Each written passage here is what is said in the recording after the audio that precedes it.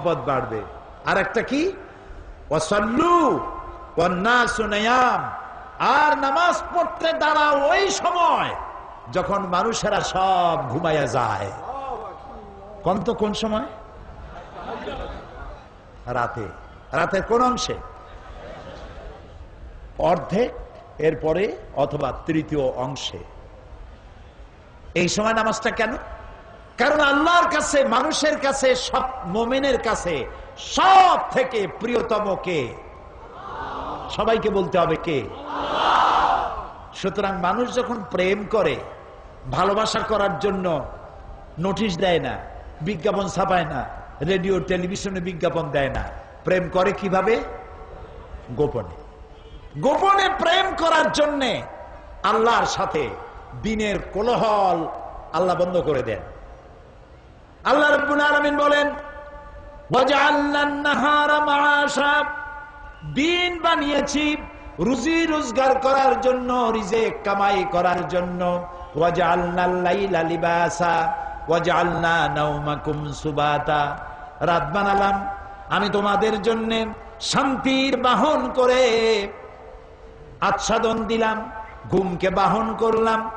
এই সুন্দর রাতে সব মানুষ ঘুমিয়ে গেছে, বান্দা এই সময় ঘুমের থেকে জাগো, আমারে সেজদা দাও, সেজদার ভিতরে তোমার যা বলার আছে আমারে বলো। আল্লাহ রাব্বুল আলামিন চতুর্থ আসমানে এসে যান অথবা প্রথম আকাশে আসেন। हर हमेशा देने को वो तैयार है, हर हमेशा देने को वो तैयार है, जो न मांगे उससे वो बेजार है। সব সময় দিতে প্রস্তুত আল্লাহ রাব্বুল আলামিন। যে চায় না আল্লাহ রাব্বুল আলামিন তার প্রতি নারাজ হয়ে যায়। গভীর রাত্রি সিজদার ভিতরে গিয়ে মানুষ যখন কাঁদতে থাকে, আল্লাহ রাব্বুল আলামিন ফেরেশতাদেরকে জিজ্ঞেস করেন, আমার ফেরেশতারা পৃথিবীতে মানুষ যখন সব ঘুমানো, আমার এই বান্দাগুলি কান্দে কেন, বান্দিরা কান্দে কেন? ফেরেশতারা বলে, রব্বুল আলামিন ওরা গুনাহ করেছে, তোমার কাছে মাপ চায়, জাহান্নাম থেকে মুক্তি চায়। আল্লাহ প্রশ্ন করেন, ওরা আমার জাহান্নাম দেখেছে নাকি, আমারে দেখেছে নাকি, বেহেশত দেখেছে নাকি? তারা বলবে না, দেখে নাই।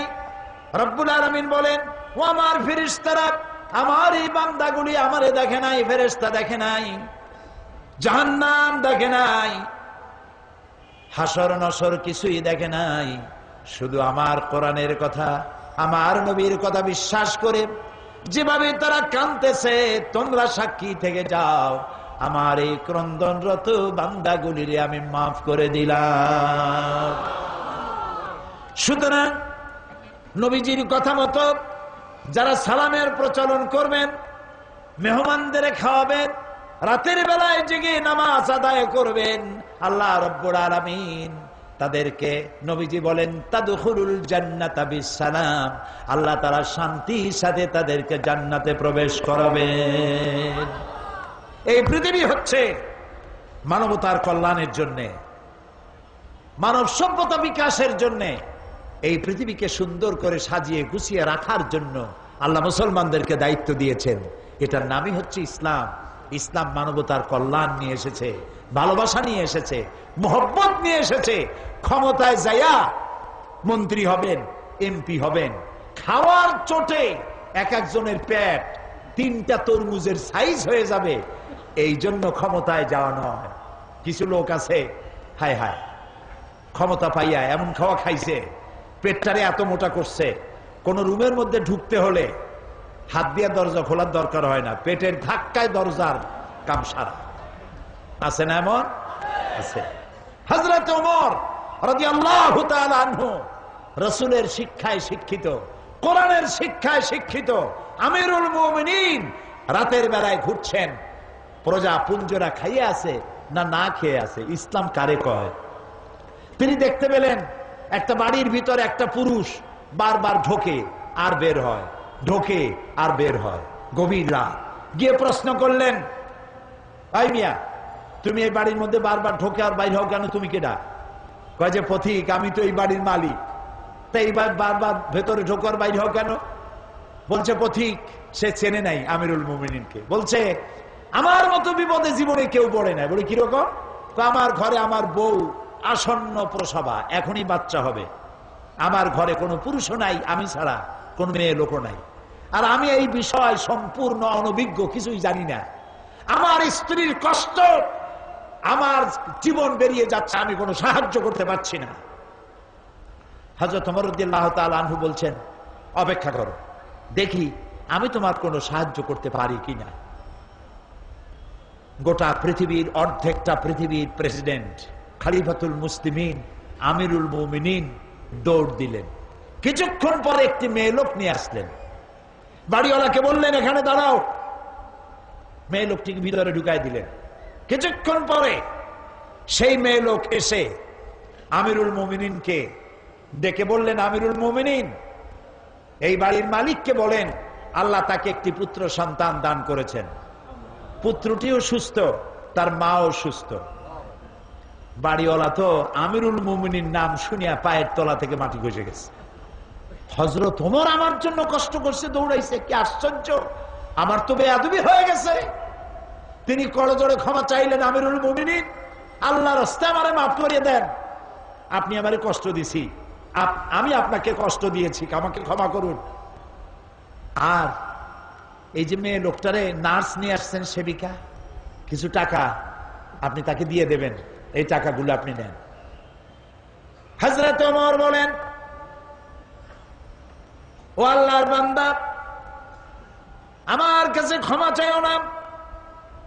আমার কাছে ক্ষমা চাওয়া উল্টা হবে, কারণ তুমি আমার এলাকার ভিতরে বসবাস করো। তোমার এই কষ্টের কথা তুমি জানাবার আগে আমি নিজেই জেনে যে খেদমত দিতে পারি নাই, এজন্য কিয়ামতের দিন ওমরকে আল্লাহর দরবারে তুমি আসামি বানাইও না।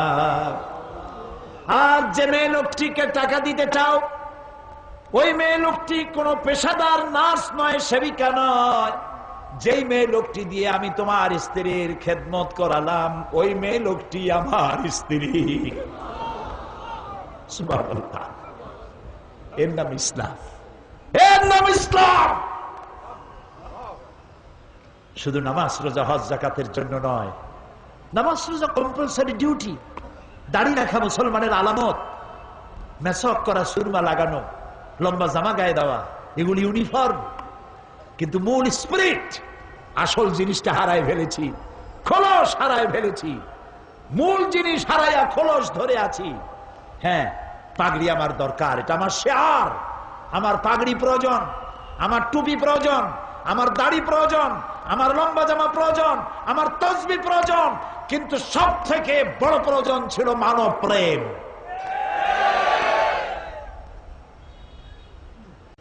মুসলমান মুসলমানের প্রতি ভালোবাসা, মহব্বত করা, খোঁজ খবর নেওয়া।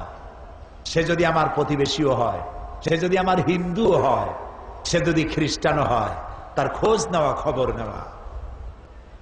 অন্য ধর্মের প্রতি অসদাচরণ না করা, এটার নাম ইসলাম। আলহামদুলিল্লাহ, আমি আল্লাহ শুকর আদায় করি, আমার এলাকায় অনেক হিন্দু, অন্তত ৮০,০০০ ভোটার আমার এলাকা।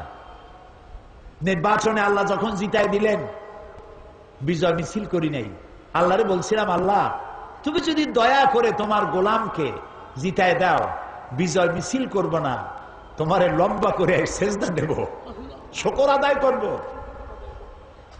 জনসভা করেছি এবং পুলিশকে নির্দেশ দিয়েছি, আমার এলাকায় অনেক হিন্দু আছে, যদি কোনো হিন্দু অত্যাচারিত হয়েছে, কোন হিন্দু রমণী অত্যাচারিত হয়েছে, কোন মন্দিরের উপরে নির্যাতন করা হয়েছে, ভেঙে দেওয়া হয়েছে, এই রিপোর্ট যদি পাও, যে মুসলমান করবে তাকে ধরে এনে লাইট পোস্টের সাথে বেঁধে ২৪ ঘন্টা পেটাবে, অন্তত ৬ মাসের ভেতরে যেন বাপের নাম তার মনে না আসে। আলহামদুলিল্লাহ, আমার এলাকায় হিন্দুরা, হিন্দু নেতারা আমার মঞ্চে দাঁড়িয়ে বলেন, বিগত ৮ বছর মায়ের কোলে সন্তান থাকে যেভাবে নিরাপদে, আমরা সেভাবে নিরাপদে আছি।